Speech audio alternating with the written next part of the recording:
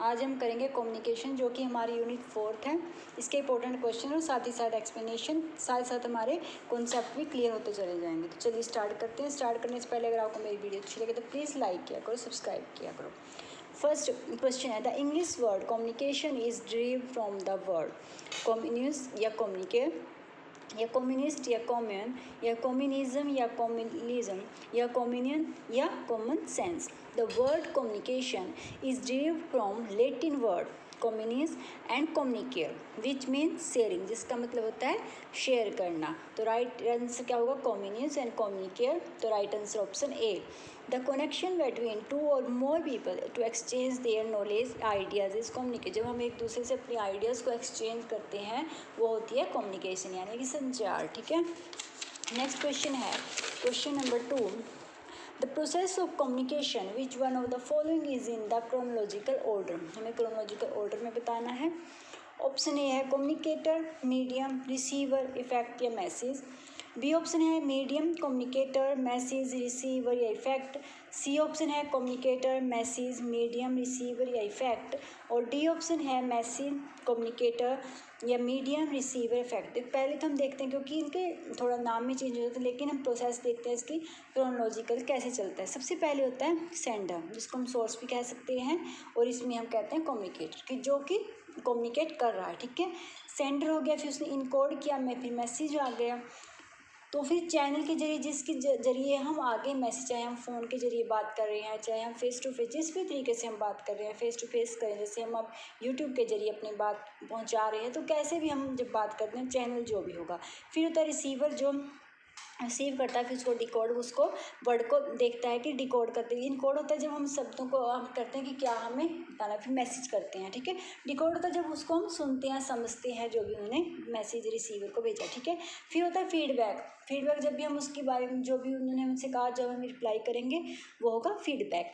तो इस तरीके, तो इसमें हम इसके अकॉर्डिंग देते हैं। सबसे पहले कम्युनिकेटर था, लेकिन इन्होंने मीडियम जो चैनल है यहाँ, लेकिन मीडियम किसके बाद दे दिया उन्होंने? रिसीवर है। इफेक्ट जो आएगा फीडबैक होता है, इफेक्ट सबसे लास्ट में आएगा, तो बीच में आ गया, मैसेज लास्ट में आ गया, तो ये गलत है। ठीक है, इसी तरीके से ये है, मीडियम पहले आ गया तो ये भी गलत है इसमें। ठीक है, कम्युनिकेटर पहले, इसमें मैसेज पहले, ये भी गलत है। सबसे पहले राइट आंसर होगा कम्युनिकेट, यानी कि जो सेंडर है, फिर जाता है हमारा मैसेज, और फिर उसके बाद आया मीडियम, चैनल, यानी कि माध्यम क्या है। ठीक है, फिर रिसीवर ने उसको रिसीव किया, और आफ्टर इफेक्ट जो भी इफेक्ट पड़ा फीडबैक। तो राइट आंसर हो गया ऑप्शन सी। ठीक है, और आगे चलते हैं हम। Third question is communication elements और इस साइड है description process parts, sender, receiver, message और मीडियम। ऑप्शन है ब्रेन, इलेक्ट्रोमैग्नेटिक इम्पल्सेस, या द सेंट्रल नर्वस सिस्टम, या सेंसरी ऑर्गन्स। तो हमें इसमें बताना है कि ये सेंडर है वो किस चीज़ को यूज़ करता है, जिससे हम सेंड करते हैं कोई चीज़, रिसीवर क्या करता है। ठीक है, तो ये हमारे ऑप्शन है। पहले हम क्या करते हैं, इसको एक बार इसके एक्सप्लेनेशन देख लेते हैं, ताकि आपको इजीली आंसर आ जाए। सबसे पहले जो बात थी, ऑप्शन था सेंडर। तो सेंडर क्या करता है? Sender uses sensory organs the process of message. Message को प्रोसेस करने के लिए वो क्या करता है? अपने सेंसरी ऑर्गन्स यूज़ करता है। ठीक है, और रिसीवर क्या करता है? प्रोसेस क्या करता है? Receiver the message in the brain to understand. Brain में क्या करता है? रिसीवर उसको समझ, अगर आपको कोई मैसेज सेंड कर रहा है, हम अपने सेंसरी ऑर्गन्स, हम पहले हमारे ऑर्गन्स होते हैं, जैसे हम किसी भी हम जब बात कर रहे हैं, किसी भी तरीके से मैसेज दे रहे हैं, फिर रिसीवर क्या करेगा? उसको अंडरस्टैंड करेगा दिमाग से। ठीक है, फिर क्या हुआ? The message is a sensory input carried. तो मैसेज कैसे करते हैं हम इनपुट? इलेक्ट्रॉनिक इम्पल्सेस के द्वारा। आगे इसको देखना, इलेक्ट्रॉनिक इम्पल्सेस, इसके द्वारा हम क्या करते हैं, जो हमारे एक होते हैं, जैसे ऑर्गन्स होते हैं जो भी हैं, वो हमारे माइंड, हार्ट की जो बातें हैं, जैसे दिल में जो बात आ रही है, माइंड में जो बात है, तो उनको पहुंचाता है। ठीक है, जैसे इसमें किसके द्वारा? इलेक्ट्रोमैग्नेटिक इम्पल्स किसके द्वारा? बाय एक्सॉन्स के द्वारा। एक्सॉन्स क्या होते हैं? इसके मैंने साथ साथ डिफाइन भी किया है कि एक्सॉन्स क्या होते हैं? To carry electrical impulses that are means to communicate with in the brain and between the brain and rest the body. ठीक है, कि कम्युनिकेट करना, जैसे दिमाग से जो भी हम समझते हैं, दिमाग एकदम दिमाग में जाती है बात, समझते हैं, वो होते एक्सॉन्स होते हैं। जैसे फिर होते जैसे न्यूरॉन्स इम्पल्सेस है, किसके द्वारा करते हैं? ठीक है, एक्सॉन्स हो गए, न्यूरॉन्स हो गए, ये मैंने सिर्फ इसको डिफाइन किया है। साथ में न्यूरॉन्स क्या होगा? Are responsible for transmitting signals throughout the body, a process that allow us to move and exist in the world। कि न्यूरॉन्स क्या करते हैं, वो रिस्पॉन्सिबल हैं जो भी सिग्नल्स जो भी ट्रांसमिट करना, जो भी हमें सिग्नल मिल रही है, ठीक है, अपनी बॉडी के द्वारा। तो न्यूरॉन्स काम करते हैं, इसमें एक्सॉन्स करते हैं और डेंड्राइट्स करते हैं। डेंड्राइट्स क्या होते हैं, receive information from other neuron, दूसरे न्यूरॉन से रिसीव करते हैं इन्फॉर्मेशन। तो जिस तरीके से हमारा प्रोसेस करता है बॉडी और हम अपने माइंड तक जो भी पहुंचाते हैं बातें, जो फिर आंसर देते हैं, ठीक है। To the brain where it is a trigger a chemical reaction to process it in accordance with the physical and psychological makeup receiver. तो वो उसके फिजिकल और साइकोलॉजिकल जिसे रिसीवर उसको एक्सेप्ट कर मैसेज को समझता है, जो भी है, ठीक है, तभी समझता है वो मैसेज को। तो ये हो गया। तो फोर्थ जो ऑप्शन था the central nervous system. Central nervous system क्या करता है, consist of the brain and the spinal cord is the medium माध्यम by means of which the message transmitted between the sender, ठीक है, एंड रिसीवर। उनके बीच में भी वो भेज रहा है, वो उसको एक्सेप्ट कर रहा है रिसीवर, तो उसको जो सेंट्रल नर्वस सिस्टम के जरिए। तो अब देखते हैं हम इसके अकॉर्डिंग हमारा राइट आंसर क्या होगा। तो सेंटर किसके द्वारा कहा था मैंने, सेंसरी ऑर्गन्स। रिसीवर क्या कहा था, ब्रेन। रिसीवर करता है प्रोसेस ऑफ मैसेज ब्रेन के द्वारा, तो मैसेज। और जो इलेक्ट्रो इम्पल्सेस होता है मैसेज के द्वारा, इलेक्ट्रो मैग्नेटिक इम्पल्सेस के द्वारा। तो अब देखते हैं हम इसके राइट ऑप्शन पे चलते हैं। तो अब देखो सेंटर ने क्या किया था, सेंसरी ऑर्गन्स के द्वारा। तो एक आप देखो फोर्थ ऑप्शन किस में है, तो ऑब्वियसली और किसी में फोर्थ है नहीं, तो यही होगा। अब देख लेते हैं और भी सही है नहीं। सेंटर क्या हो गया, सेंसरी ऑर्गन्स के द्वारा। रिसीवर ने क्या किया, ब्रेन के द्वारा रिसीव किया। मैसेज क्या हो गया, सी के था टू इलेक्ट्रोमैग्नेटिक इम्पल्सेस के द्वारा। जैसे हमने कहा ऑर्गन्स जो भी होते हैं हमारे, जो भी काम करते हैं तो हम समझते हैं। और मीडियम क्या हो गया, माध्यम में। थर्ड का क्या आ गया, द सेंट्रल नर्वस सिस्टम, उसको मैसेज को समझते हैं, जो भी हमारे रिसीवर जो भी एक्सेप्ट कर रहा है, सेंटर जो भेज रहा है, ठीक है। तो राइट आंसर हो गया हमारा ऑप्शन सी। नेक्स्ट क्वेश्चन पे चलते हैं। नेक्स्ट क्वेश्चन है हमारा fourth, which of the following is a stage of intrapersonal communication. सबसे पहले आप इस वर्ड पे चलना। इंटरपर्सनल, मैंने बहुत सी वीडियो में आपको बता रखा है कि इंटरपर्सनल कम्युनिकेशन होती है जब हम खुद से सेल्फ अपने आप से बातें करते हैं। कोई गॉड से बातें कर रहे हैं, हम भगवान से बातें करते हैं हम जब मेडिटेशन लगा रहे हैं, जो कुछ जिस तरीके से हम अपने आप से बातें कर रहे हैं, जब खुद से, किसी और से नहीं, तो वो होती है इंट्रापर्सनल। तो हमें इसमें बताना है कि इंटरपर्सनल से रिलेटेड कौन सा ऑप्शन है, ठीक है। फैटिंग स्टेज या इंटीमेट स्टेज या पर्सनल स्टेज या ट्रांसडेंटल कम्युनिकेशन। तो इसमें राइट आंसर होगा हमारा ट्रांसडेंटल कम्युनिकेशन। ट्रांसडेंटल कम्युनिकेशन इसका आंसर क्यों है, अब देखते हैं इसकी explanation. Interpersonal communication takes place within an individual. It include self talk से होती है रिलेटेड इंटरपर्सनल, जैसे खुद से बातें करना, कोई भी इमेजिनेशन करते हैं हम, जैसे विजुअलाइजेशन करते हैं, मेडिटेशन करते हैं, सब हमारे इंटरपर्सनल कम्युनिकेशन में आते हैं। और ट्रांसडेंटल कम्युनिकेशन भी क्या है, इंटरपर्सनल कम्युनिकेशन का ही एक पार्ट है, ठीक है, इसका ही एक पार्ट है। Transcendental communication is a kind of interpersonal communication as it involves a stage of spiritual wellbeing. ये भी एक स्पिरिचुअलिटी को इन्वॉल्व करता है अपने अंदर।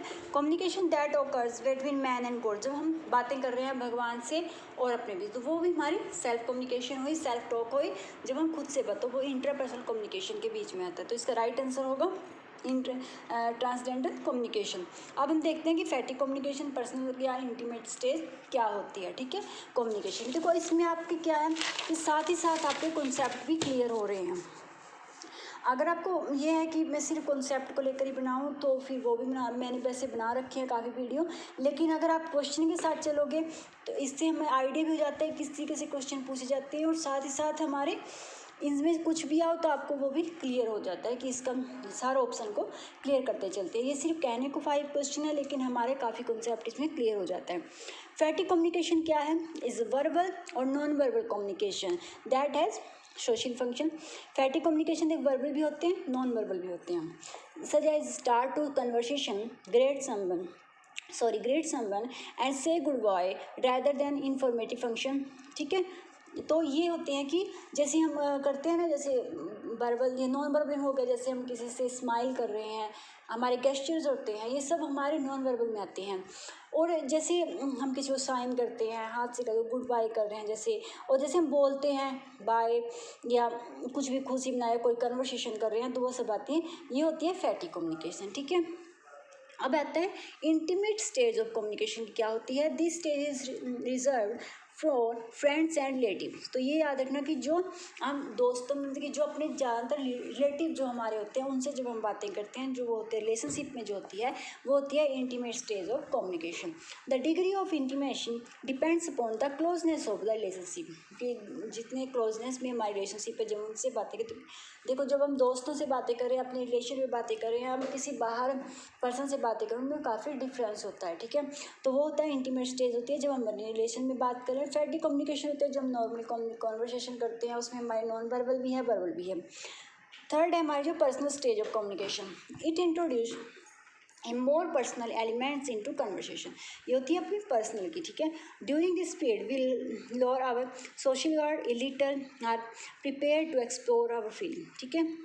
इसमें क्या करते हैं हम, जैसे अपनी फीलिंग को एक्सप्लोर करते हैं, अपनी पर्सनल कम करते हैं, जैसे हम बहुत ही कम करते हैं अपनी फीलिंग को एक्सप्लोर, जो पर्सनली हम रखते हैं अपने अंदर, जो बातें करते हैं, जो भी हमारे पर्सनल रिलेटेड होती है, ठीक है, वो होती है personal stage of communication. Next question पे हम चलते हैं।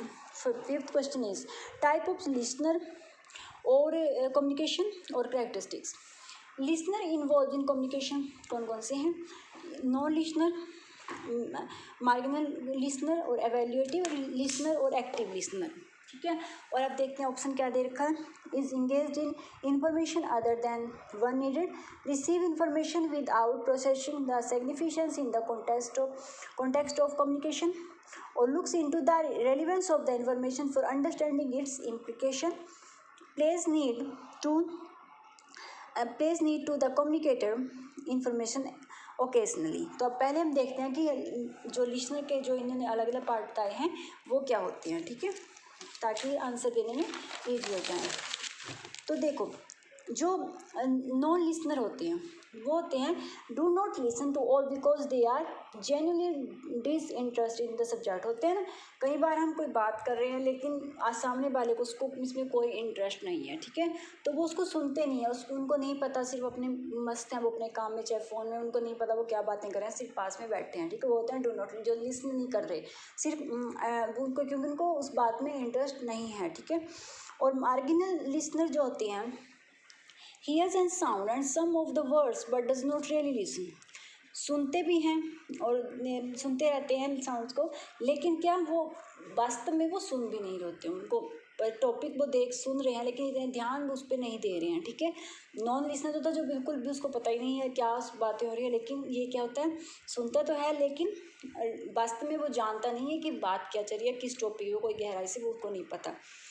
थर्ड होता है evaluative listener, actively trying to hear what the speaker is saying but is not making enough effort to understand the intent। वो एक्टिवली उसको सुनता है, लेकिन सुनता है कि हाँ क्या कह रहा है स्पीकर, जो बोल रहा है वो क्या कह रहा है, लेकिन वो वास्तव में वो कोई ज़्यादा प्रयत्न नहीं करता है कि उसको क्या, उसकी इंटेंशन क्या है, मतलब कि जैसे कई बार कोई व्यक्ति हमें कुछ बात कह रहा है लेकिन हम ये नहीं देखते वो बात कह जाता है कि उसने किस इंटेंशन से बात कही है, हमें वो नहीं समझना चाहता, उसको पता है कि उसने क्या कहा है लेकिन उसको डीपली वो नहीं जानना चाहता या नहीं सुनता कि हाँ उसका मतलब क्या था ये बात कहने का, वो होता है वैल्यूएटिव लिसनर। और एक्टिव लिसनर होता है listen attentively to a speaker, understand what they are saying, respond and reflect on what's being said and retain the information for later। Active listener होता है जो पूरे ध्यान से सुनता है कि हाँ उसके मीनिंग को भी समझता है कि वो वास्तव में कहना क्या चाहते हैं, पूरे ध्यान देता है दूसरे की बात पे। तो ये होते हैं लिसनर के पार्ट्स हैं। अब इसके अकॉर्डिंग हम देखते हैं कि हमारा राइट आंसर होगा क्या। देखो सबसे पहले जैसे ये हमारे ऑप्शन है, non listener is engaged in information other than the one needed, ठीक है, वो क्या करते हैं, वही बातें जैसे सुनते हैं पर उनको ये नहीं पता कि टॉपिक क्या है, सिर्फ सुनते ही नहीं है, पहली बात तो उनको इंटरेस्ट नहीं होता इस बात पे, ठीक है। नॉन लिसनर का होगा हमारा फर्स्ट पॉइंट। अब आप एक बार ध्यान से रखना कि एक्टिव लिसनर जो होते हैं हमने वो हमेशा सब ध्यान से सुनते भी हैं, इंटेंशन को भी समझते हैं। तो इस अकॉर्डिंग हमारा क्या ऑप्शन होगा इसका, looks into the relevance of the information for understanding its implication, उसके इम्प्लीकेशन को भी समझते हैं कि क्या होगा। तो लिसनर फोर्थ का होगा हमारा थर्ड, तो फोर्थ का हमारा थर्ड जिसमें है वही होगा हमारा राइट आंसर। तो ऑप्शन डी में है हमारा फोर्थ का थर्ड। तो राइट आंसर हो गया हमारा ऑप्शन डी। ठीक है, ये हमारा राइट आंसर है। किस कैसे, तो एक फर्स्ट का वन जैसे मैंने कहा भी नॉन लिसनर है, ये फर्स्ट ऑप्शन। सेकंड है marginal listener, fourth option. Place hid to the communicate information occasionally. ठीक है, जैसे मार्जिनल लिसनर है वो सुनता तो है लेकिन कोई वो उसकी ये नहीं है कि ज़रूरी वो उसको पता है कि वो टॉपिक क्या है, ध्यान से पूरे डीपली नहीं जाता किस टॉपिक, लेकिन सुनता है। और एवेल्युएटिव लिसनर क्या होता है, थर्ड का है हमारा sorry, receive information without processing the significance in the context of communication. ठीक है, रिसीव करता है इंफॉर्मेशन को, और जो भी एवेल्युएटिव लिसनर है वो सुनता तो पता तो है उसको मुझे क्या कहा है किसी ने, लेकिन वो नहीं चाहता कि उसके इंटेंशन को नहीं समझ पाता। ठीक है, तो ये थी आज की वीडियो। अगर आपको अच्छी लगे तो प्लीज़ लाइक करना, सब्सक्राइब जरूर किया करो और कमेंट जरूर किया करो। Thank you.